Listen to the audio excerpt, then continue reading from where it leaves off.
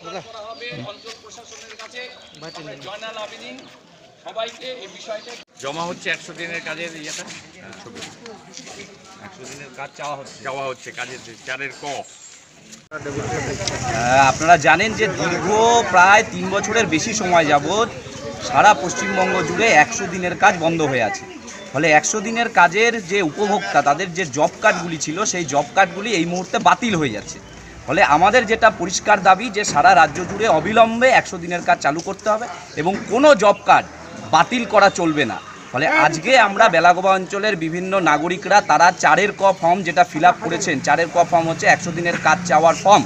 ফলে সেই ফর্ম তারা জমা করছেন যে 4 ক ফর্মে তারা কাজ চাইছেন 100 দিনের। ফলে সরকারকে আগামী 15 দিনের মধ্যে, আজকে থেকে আগামী 15 দিনের মধ্যে কাজ দিতে হবে। এটা হচ্ছে ভারতবর্ষের 100 দিনের কাজের আইন, ভারতবর্ষের সংসদে পাশ হওয়া আইন। ফলে সেই আইনের বলে বেলাগোবা অঞ্চলের মানুষ আজকে থেকে 15 দিনের মধ্যে তারা যদি 100 দিনের কাজ না পায় তাহলে আগামী 15 দিন পর আমরা আমাদের যে পরবর্তী পদক্ষেপ সেই পদক্ষেপে যাব এবং যে আইন সেই আইনের বলে 100 দিনের কাজ এরা প্রাপ্য, কোনো জব কার্ড যাতে বাতিল না হয় সেই লড়াই আমরা লড়ছি। সারা রাজ্য জুড়ে এই লড়াই হচ্ছে। হ্যাঁ, 3 বছরের বেশি সময় ধরে বন্ধ হয়ে আছে। আমরা জানি না যে কেন্দ্রীয় সরকার তারা বলছে যে রাজ্য সরকার চুরি করেছে, আবার রাজ্য সরকার বলছে কেন্দ্রীয় সরকার বন্ধ করে আছে।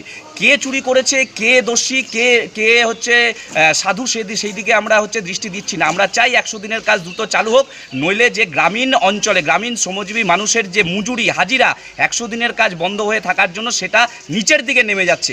ফলে অবিলম্বে 100 দিনের কাজ চালু হোক, এই দাবিতেই আজকের লড়াই আমরা লড়ছি। শুভাশিস সরকার, CITU জলপাইগুড়ি জেলা কমিটির সদস্য। আমরা আজকে এখানে একটা বিশেষ কারণবশত, যেরকম সারা পশ্চিমবঙ্গে আমাদের 100 দিনের কাজটা বন্ধ আছে, এইভাবে জব কার্ডটা বন্ধ হয়ে যাবে।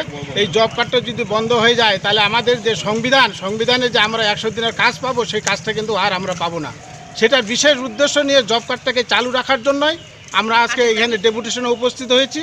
এটা আমাদের সরকারের কাছে দাবি, 100 দিনের কাজ খুব দ্রুত চালু করতে হবে। আর কি কি দাবি রয়েছে আপনাদের?